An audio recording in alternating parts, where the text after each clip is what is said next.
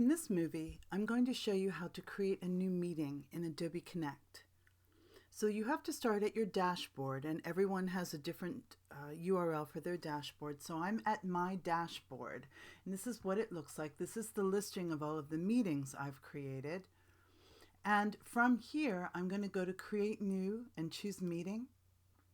And here's where you give it a unique URL. Now, I'm a member of the Adobe community, so there have been a lot of meetings named, so I have to come up with something unique. So I'm going to try Sally YouTube and see if that's taken.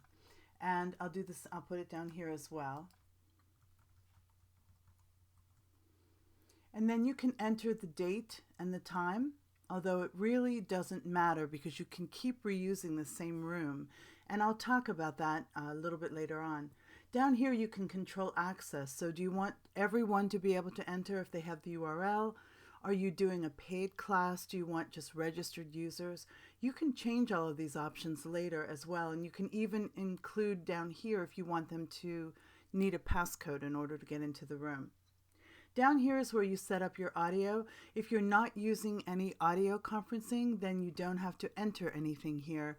I use voice over IP most of the time, but if you're working with an audio bridge, I do have a client. I have a PGI account for one of my clients, and so I automatically could enter that information here for their account. I'm going to click Next.